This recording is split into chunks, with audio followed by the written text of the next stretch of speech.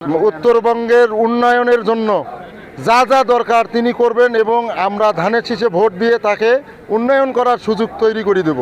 আমরা মনে করি যে রংপুরের যতগুলো আসন আছে মহান আল্লাহ তাআলার কাছে আমরা আরাধনা করি যেন আমরা সব কয়টি আসনে ধানের শীষের বিজয় হয়ে। যে জোয়ারের প্রয়োজন সেই জোয়ার এতদিন ছিল না। আজকে অবহেলিত উত্তরবঙ্গে আমাদের প্রাণের প্রিয় তারেক রহমানের আগমনে আমরা খুবই আনন্দিত। আমাদের উত্তরবঙ্গের সার্বিক উন্নয়নের জন্য আমরা তার কাছ থেকে আশা করব সৃষ্টিকর্তা তাকে যেন হায়াতি রাখে, তাকে যেন সৃষ্টিকর্তা তাকে যেন শক্তি সাহস প্রদান করেন, তাকে যেন উত্তরবঙ্গের জন্য দৃষ্টি দেওয়ার জন্য শক্তি সাহস যোগায় দেন।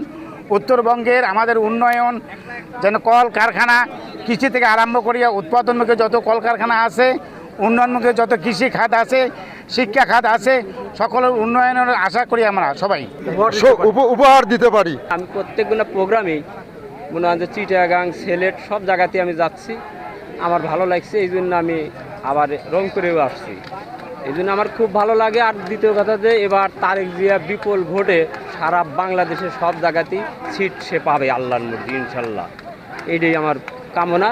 আর আমার আরেকটা কথা আছে তারেক জিয়ার কাছে যে সে যান এইবার ওঠার পর জনগণ যান খুব ভালোবাসে, বুকে তুলে নেয়, আর এই দুর্নীতিমুক্ত এইসব লোকগুলাকে যাতে ফাঁকে রাখে।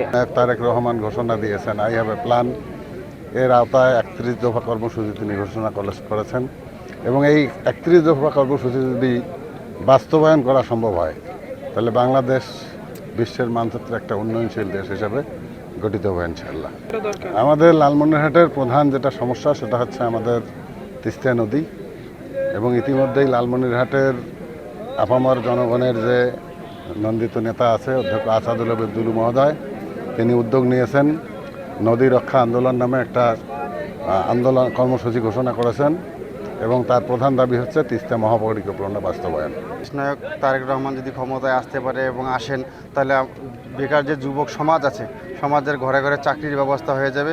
আমাদের অধ্যক্ষ আসাদুল হাবিব দুলু মহোদয় লালমনিরহাট জেলায় তার তত্ত্বাবধানের মাধ্যমে আমরা লালমনিরহাট জেলায় যে বিমানবন্দরটি আছে অসংস্কার করা হয়েছে, বর্তমান আছে, ওটা সংস্কার করা হলে আমাদের যাতায়াত ব্যবস্থা এবং বাইরের যে ইয়াগুলো আছে সেগুলো সেখানে সাপোর্ট পাবে।